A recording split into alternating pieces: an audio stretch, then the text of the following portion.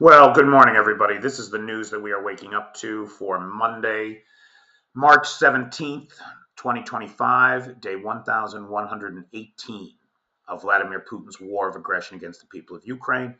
And I want to wish everybody a happy St. Patrick's Day.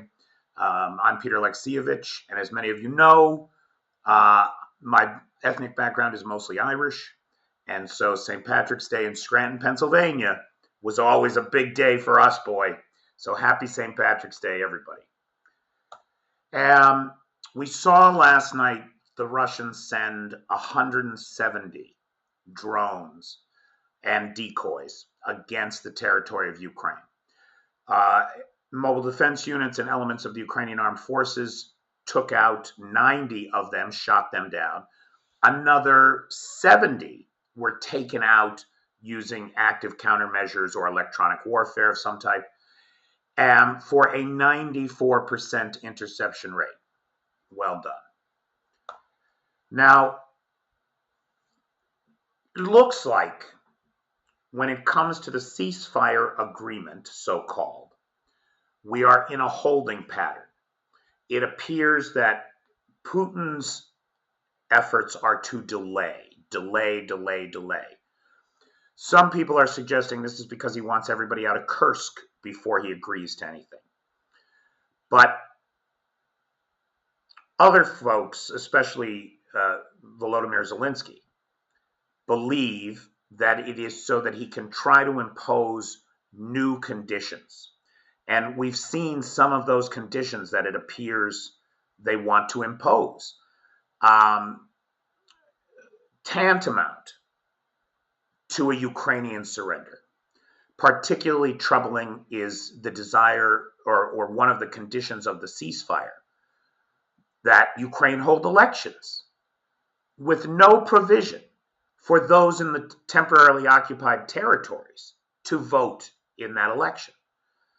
And at the same time, we see Russia preparing pro-Russian candidates that had fled to Russia and are members of pro-Russian Ukrainian political parties inside of Russia.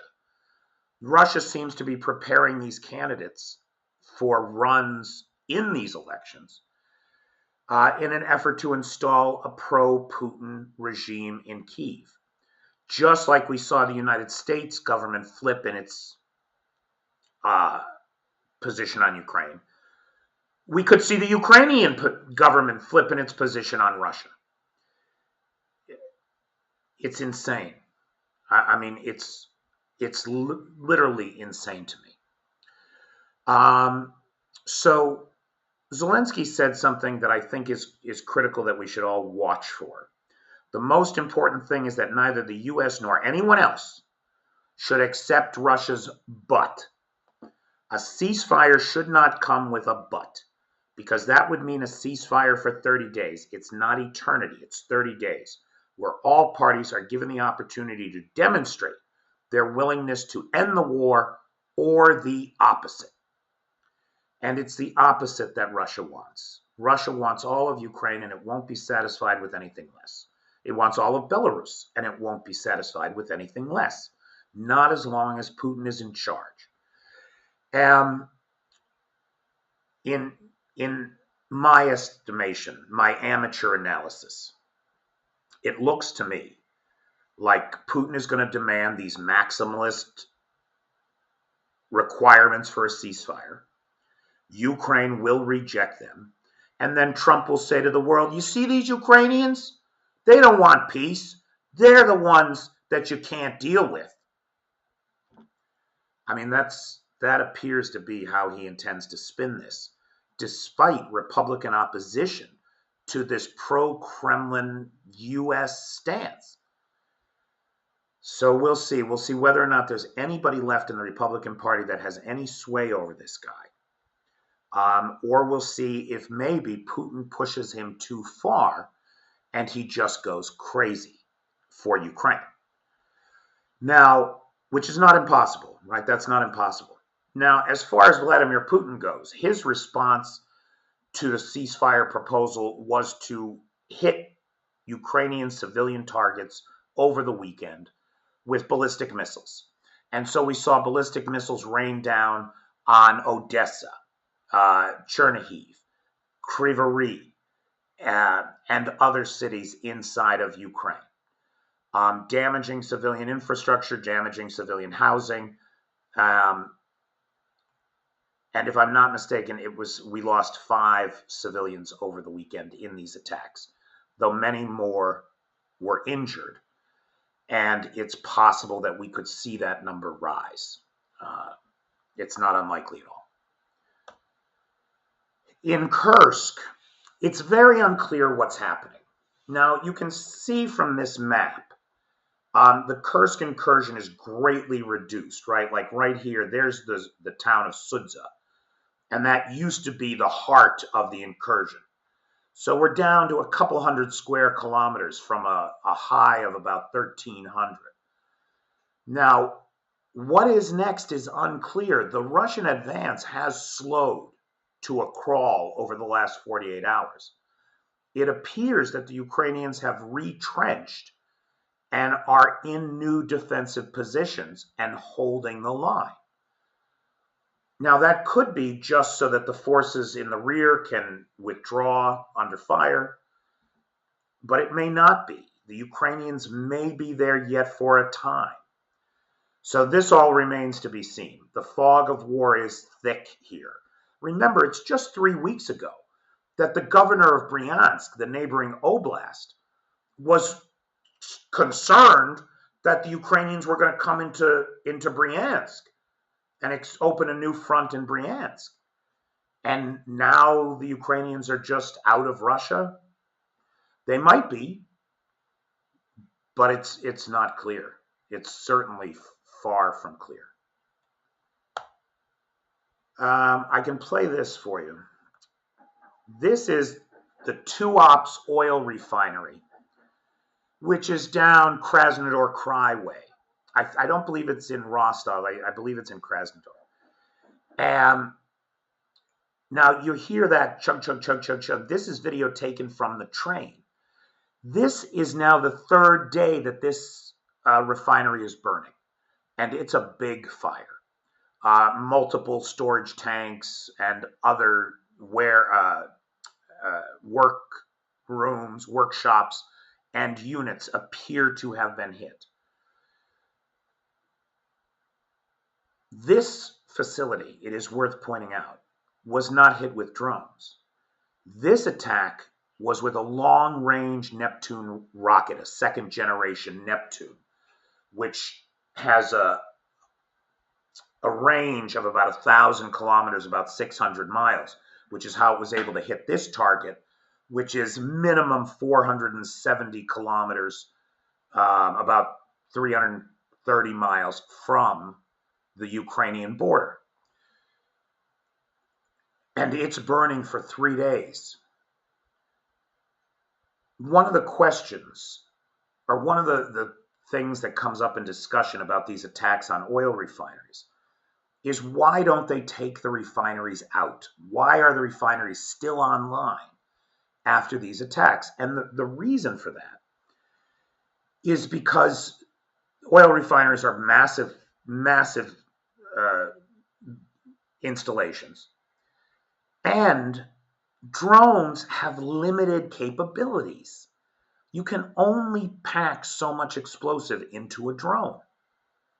But a missile is highly destructive. And these Neptune missiles, what had been ship-to-ship missiles that have been converted for ground-to-ground launches or air-to-ground launches, these Neptune missiles have a much higher explosive impact. And I think that what we're seeing in Tuops is the destructive power of a cruise missile versus the destructive power of drones. Now, this attack was not just Neptune missiles. It was also supported by drones. And people in the area said that they heard multiple strikes. So it wasn't just the missiles.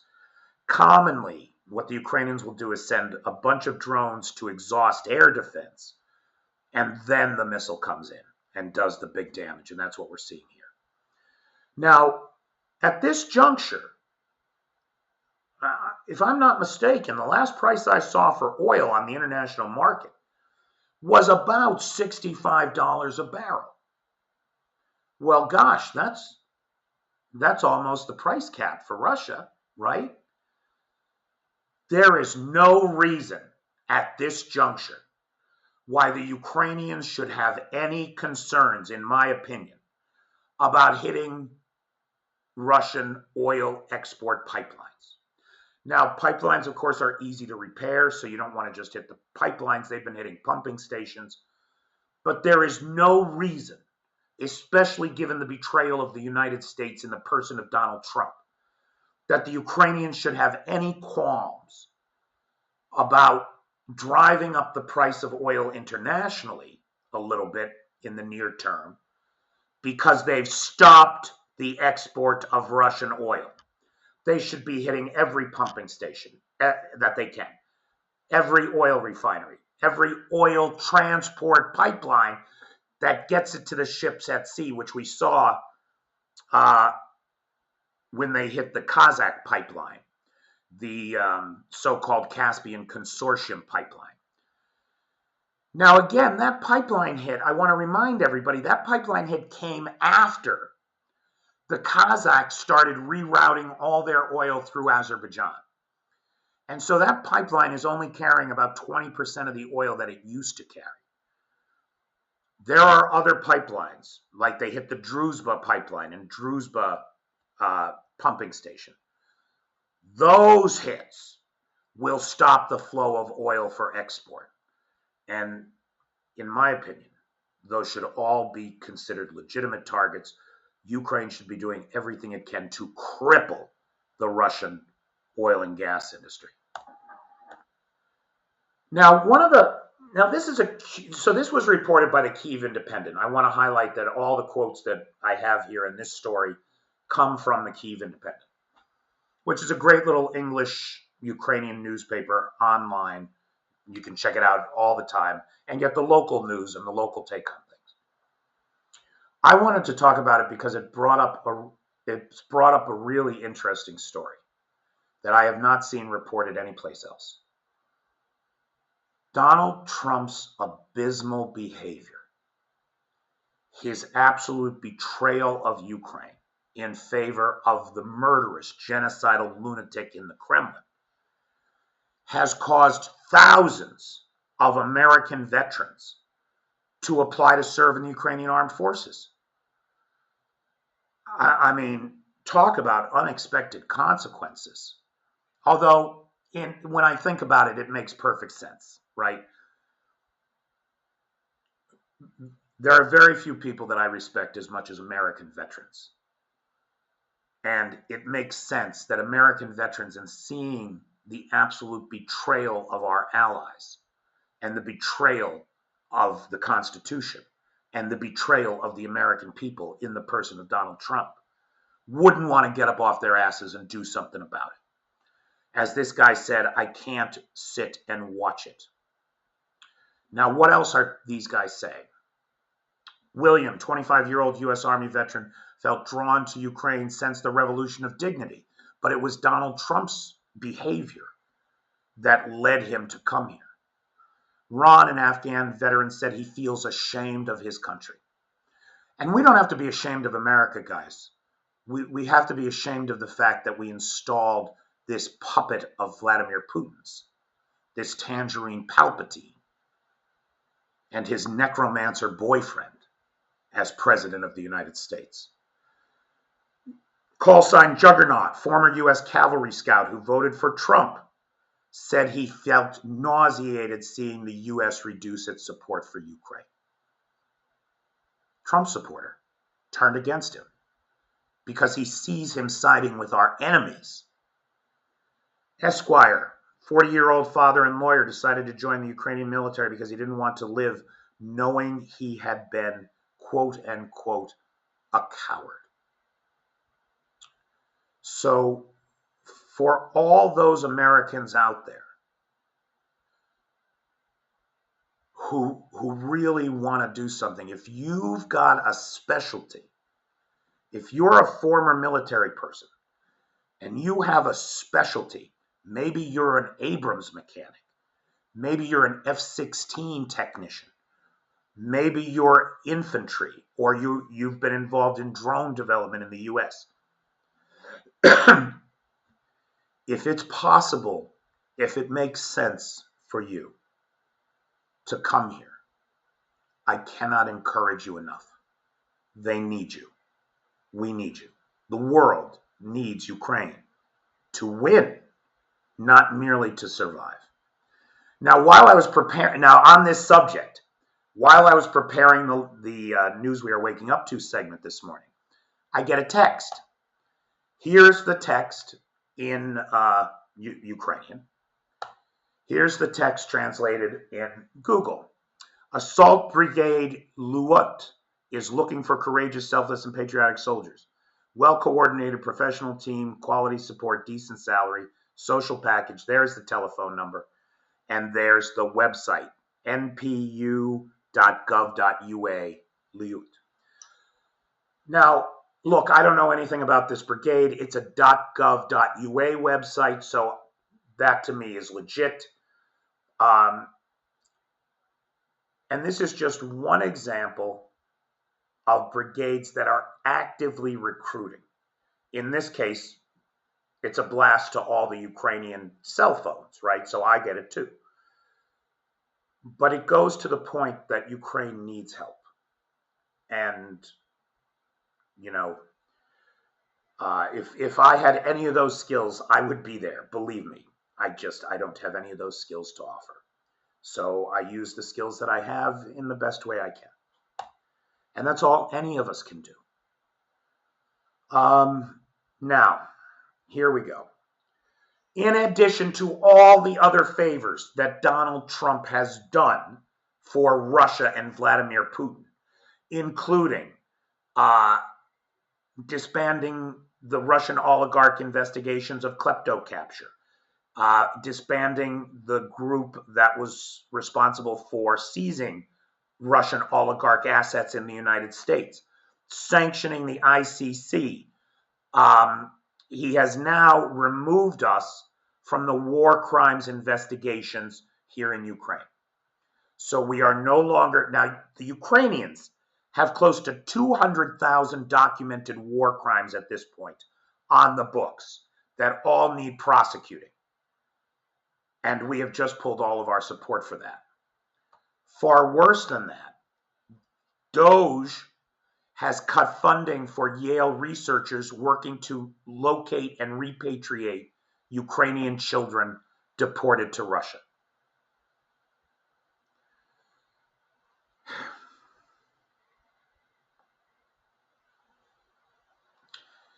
You know, I never talk about the kids because we don't know, first of all, how many there are.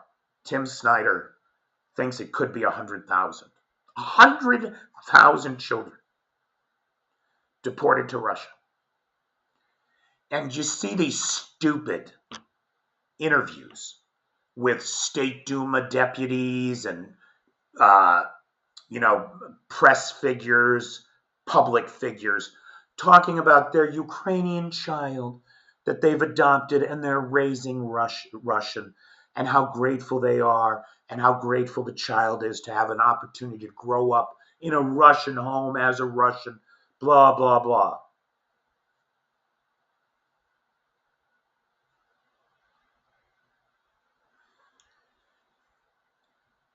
These stories are nonsense. These stories are cover stories for what's really happening here. And we know what's really happening here with these kids. It is so vile, so evil, that I cannot speak of it.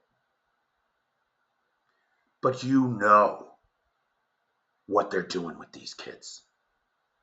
Most of them. And it is a crime and a shame. And thanks to Yale, the Ukrainians have gotten back 1,279 of them. 1,240 of them. Pardon me. 1,240 of them. out of maybe 100,000. And that's way more than the United Arab Emirates have gotten back. That's a several dozen.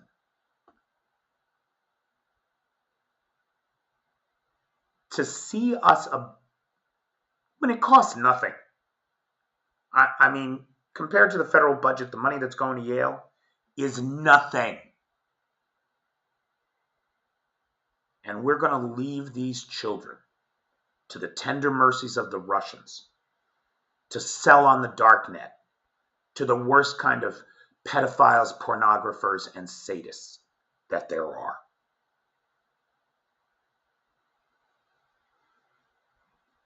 This is obscene.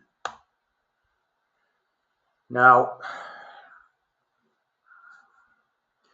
there are so many protests going on in pro-Russian countries right now. America, there's protests all over. Serbia, protests all over. Slovakia, protests all over. Georgia is in, I think it's 93rd day, something like that, of protests against the Russian-backed government, and increasingly the efforts to crack down on these protesters are getting violent. Hungary, where Viktor Orban is, thousands took to the streets of Budapest in a massive opposition protest demanding the resignation of Orban, whose playbook of undermining democratic institutions to make himself a dictator is the same playbook that was adopted at CPAC a couple years ago, and Donald Trump is using to undermine democratic institutions in the United States. Make no mistake. This is where he's learned it. Opposition leader Peter Magyar declared that those who betray their own nation should end up in the dustbin of history. And that's exactly what Orban and Trump have done. They have betrayed their own nations, as did Georgescu in Romania, as has Fico in Slovakia, as has the government in Georgia done. This is the evil in the world, and the people have to take it on themselves. Finally, a court in Finland has sentenced the leader of the neo-Nazi group Russian Jan Petrovsky to life imprisonment on charges of committing war crimes in Ukraine. If you don't know these guys, they are a brigade or battalion within the Russian army, and they are neo-Nazis. That's what they are, literally, neo-Nazis. Finally, a last funny that I stole from Juzzy at Ukraine News TV on YouTube. First, we must eliminate the root causes of the war. Poof, Vladimir Putin disappears, because he and his imperial ambitions are the root causes of the war. All right, that's it for me. I have to take my lunch out of the oven. That's what that alarm is. And thanks, everybody, for joining me. With a little bit of luck, we should be live tomorrow night, Tuesday, at about 6 p.m. Eastern Time, if I'm not mistaken.